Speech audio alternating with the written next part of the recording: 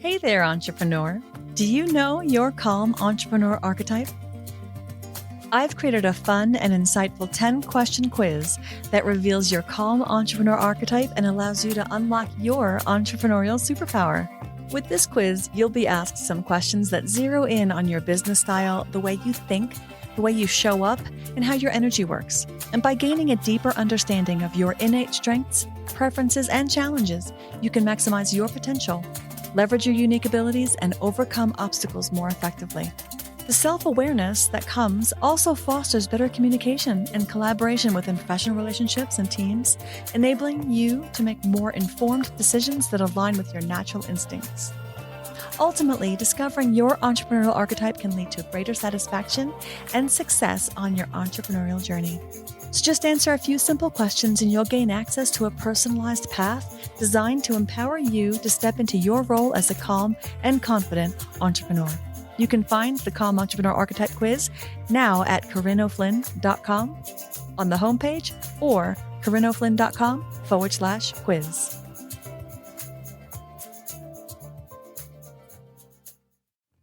Hey there. My name is Corinne O'Flynn, and you're listening to the Calm Entrepreneur Podcast. I am a USA Today bestselling author, nonprofit executive, and organizing nerd with over 20 years' experience running my own small businesses. I teach entrepreneurs, solopreneurs, and small business owners like you how to organize your business, find more time, and deepen your alignment practice to experience more calm and confidence every single day. If you're looking for that intersection between practical business advice and spiritual goodness, then you're in the right place. So sit back, relax, and let's dive into this week's episode of the Calm Entrepreneur Podcast. Welcome to the Calm Entrepreneur Podcast. I'm your host, Corinne O'Flynn, and this is episode 35. When I talk about what I do and how I coach people, they always ask, what's this woo and work? What is the point of having both of those things? And the reason why I talk about it the way that I do is because 100% of the people that I work with, and scratch that, 100% of the entrepreneurs who I know, they say that they want to focus on leveling up their energy. They want to develop a meditation practice, for example. They want to incorporate so much into their personal and spiritual growth, but they struggle with finding the time because it is just so overwhelming running their business and getting it all done in a day. But I've learned that it isn't just that the things that are needed in their business are overwhelming per se. It's that they lack the skills needed to manage some pieces of the foundational parts of their business. And this is not spoken with judgment. This is an objective observation of something that I see all the time. It's really common because most of the time, think about it. We get into business as entrepreneurs because we have a passion for creating something or selling something or coaching other people or teaching other people, but we don't necessarily have a business background. We don't have the technological training or the marketing or strategy background to be able to get the overarching view of all of it, to be able to organize all the things. And it's holding a lot of us back from leveling up, and it's preventing success in business. But more importantly, and more important to me, is it's causing stress. When you are running your own business, you are the CEO, and you're not yet at the point where you can hire a team. So you have to figure out how to make it all fit, how to make it all work, how to do all the things that it takes to run a business. And as I talk about so often on this show and in my community, the skills that you need to do those foundational things in your business successfully, those are all core capabilities, right? They all fall under executive functioning. And they include things like self-restraint, stress tolerance, working memory, emotion control, focus, task initiation, planning, prioritization, organization, time management, and defining and achieving goals, and being flexible. And all of these things are skills, not personality traits. And I'm going to say that again for the people in the back. These things are skills, not personality traits. So that means that they can be taught. So if you struggle in one of these areas, there's a reason to hope. right? Because there are solutions available to you. It really is just a matter of reaching out and going on a discovery expedition to see what works for you. So on this episode, I want to talk about time management strategies. And before I forget, I'm going to be teaching a class on stress-free time management in the near future. And if you want to get on the wait list for that, you can find the link in the show notes or by going to my website at corinneoflynn.com. I have travel coming up. I'll be going to Dragon Con and a couple of conferences in September. So it's probably going to be in October by the time I get around to being able to host this live. But if you're interested in my class, Stress-Free Time Management, get on the wait list and I will make sure you get notified when it's time. Okay, so time management strategies. If you do any searching online for how to manage your time, you're going to find more solutions than you could possibly consume in a lifetime. And I am definitely of the mind that you should explore and try all the different things because you don't know what works for you until you find it, right? There is no one size fits all solution. And it is vital that you continue to test until you find the things that fit for you. And then once you find out what works for you, stop looking and get to work. I'm in a creativity group and we are doing a workshop of this book called Creating Time, Using Creativity to Reinvent the Clock and Reclaim Your Life by Marnie K. Makradakis. And I hope I'm pronouncing her name right. And this class, it's not a class, it's a workshop. We're doing it all together. It's been really interesting because the book guides us through all the different ways that we have a relationship with time. And a lot of the group has expressed, we don't really think about it in the ways that we actually do have relationships with time and how impactful that is in the way that we get through the day, in the way that we talk to ourselves, in the way that we think about life. And so I wanted to find a way to share some time management strategies that are kind of universal, that are not prescriptive, but could perhaps be foundational in that should you begin to follow these things that I'm going to share with you, and there's only a couple, they will help you find a path that you can then tailor to your own needs through that exploration, right? And so the first thing that I want you to think about is this question: what is your relationship with time? And what I mean by that is, do you consistently run late? When you prep for things, do you always need a few last minutes to get something truly ready? When you're working on something, do you lose track of time? Does time fly? Does it drag? Or do you consistently find yourself running out of time to do the work that in the time that you allotted for a certain frame of time? Or do you have a good grip on measuring how much time things are going to take, right? You time block an hour to do a project or a piece of a project, and like 4 hours later, you still haven't gotten to that milestone for the day. One of the biggest things that comes up when we talk about goal setting is identifying how much time you actually have to do a thing, and then how much time you think something's actually going to take to do, right? And it's an eye-opening experience to discover where those two intersect, right? Because they very rarely fit together because we always think we have more time or that something is going to take less time than it actually does. And the key here is that we all have patterns here, and taking the time, maybe a few days, maybe a week, to identify your patterns. This will give you a roadmap to move ahead. Often when we run into trouble with time management, it can be because we also struggle with prioritizing our tasks. And this is one of those things that I really struggled with when I was younger. And, even now when I get stressed, it is still the one place where I can be guaranteed to slip up. And for me, that's prioritizing, because when I get stressed, everything looks like a priority. So for example, I'll be working on something like Project A. And because I'm feeling stressed, or for whatever reason I'm having stress, I will start to get distracted because then I procrastinate because I get, the stress piece wants me to not work anymore. And I'll do something like checking email, for example, or checking my texts. And as soon as something comes in where somebody else needs something from me, I will drop whatever it is that I'm doing. I will stop working on Project A and I will take care of whatever it is that I can do, quote unquote, real quick.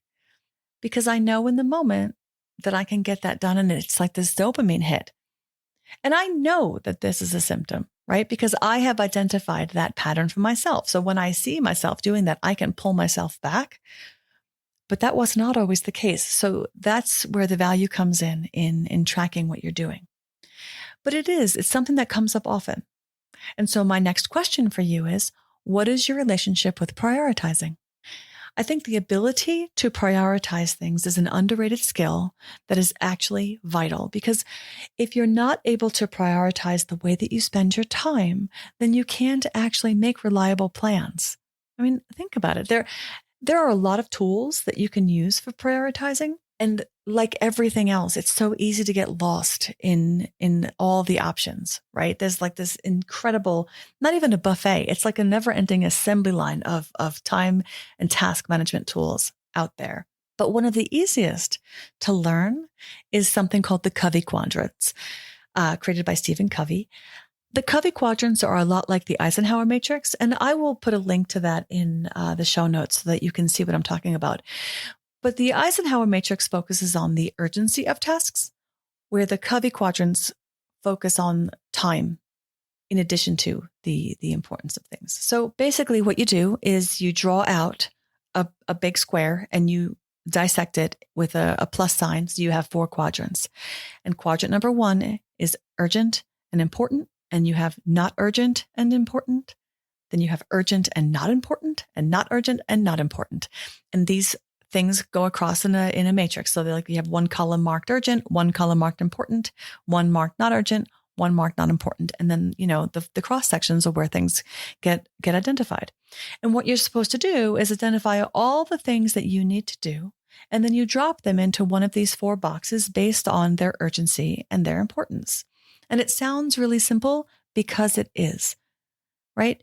But the process of doing this is actually quite illuminating, because you identify right away whether or not you can identify something as being urgent versus important, because those are different things, right? Like everything is urgent if you can't prioritize. Everything is important if you can't prioritize. So this is a really simple exercise that you can use, because it can be a good starting point for figuring out where to go from here. And I think that quite often we get into this analysis paralysis when it comes to using all these different tools out there. And so this is not something that needs purchasing. You don't need to sign up for anything. It's a piece of paper, it's a whiteboard and a pen. You make a square and you draw the diagram and you start filling in the boxes using the things that have to be done that are on your plate right now. From there, you can then move forward and say, you know what, I did not really have a hard time identifying which went where. I had a problem with, tracking, which brings me to my next question, which is, how do you keep track of it all? This is an area that can trip a lot of us up too, because this is the tools and the apps and the schedulers and the calendars and all the different things that we actually do need to stay on track, to stay focused, to prioritize, and just to stay on time. So one thing that a lot of coaches share is their toolkit, right? Here's the list of things that I use to get through the day with all of my tools on it and links to, check them out. And those things can be really helpful if you're struggling. But again, the tools that I list on my toolkit might not be tools that work for you. They might not resonate with the way that you work. They might not be solutions for you. And, so there's this rabbit hole potential that you could fall into with trying to figure out how does Corinne do it? How does this person do it? How does that person do it? I want to emulate their practice. That only goes as far as it goes, because if it doesn't resonate with you, you're not going to stick with it. And if you don't stick with it, it's not going to work. So that's why the things that I'm sharing in this episode are really kind of like the zoom out. They're the large picture view, the universal foundational pieces that you need for time management, so that you can start here and then you can inch forward, but you'll have a foundation from which to work effectively. You have to be really careful with the shiny object syndrome when it comes to looking at other people's processes. And, I don't think I stress this enough, because it's one of those things. I mean, I have fallen victim to it as well. Like, I want the most efficient. I want the most effective. I want the thing that's going to solve all my problems. And you know what? There isn't a one size fits all for anything. So we have to eyeball what other people are doing, be aware of what else is out there, try things on and then see, because only when we determine that they are actually working for us are they worth anything to us, full stop. Because when it comes right down to it, I think you need a place to keep track of your stuff and you need a place to keep track of your appointments. Like for me, I use the Full Focus Planner, which is a paper planner, and I use Google Calendar. Those two things keep me going. They're very, very simple. And, I don't have 400 different pieces of things to keep track of in the world. Do I have other things? Yes, I have things like Calendly, Asana, and Evernote, but those things are kind of supplemental. If I were going to go on a trip, I would bring my device that has all of my Google, and I would bring my paper planner, my Full Focus Planner. Those two things alone give me access to my Gmail and my calendar and my paper planner. That's all I need to get through. So I think that we need to simplify. We need to find the lowest common denominator. What is the simplest thing that I can do to get back on track with time and task management, prioritizing my time, right? And organizing my time. And that's it, right? I think that we tend to overcomplicate things, especially in the areas where we're struggling. And I think that if we just give ourselves permission to make it easy, we can demystify a lot of the things that we struggle with, because I think the tendency is to try to overcomplicate things because we think it needs to be hard. And it actually really, really doesn't. And this is one of those places where it really doesn't need to be. So again, we all work differently. Our brains work differently. Our skill sets come from different places. Our comfort level with technology versus paper working. We're all unique, right? We're all individual people. And so it's really important to keep track of what you're doing, try things on, stick with what works, and jettison the things that don't work. But give yourself permission to stop looking once you find something that feels like it's working for you. That said, the things that I have shared here, I think are universally important to finding your way, because you need to understand your relationship with time. You need to learn how to prioritize your time, and you need to find a way to keep track of everything in a way that is effective for you. That's it. There's 3 things, guys: time, priorities for your tasks, and keeping track of it. Full stop. That's it. So that's all I have for you this week. Thank you so much for listening, and I will catch you next time. And remember, part of being a calm entrepreneur is developing the systems, habits, and know-how that lets you know that you are the one in the driver's seat for your business. You get to choose how you think, and you get to choose how you work. So you got this, my friends. Thank you for listening.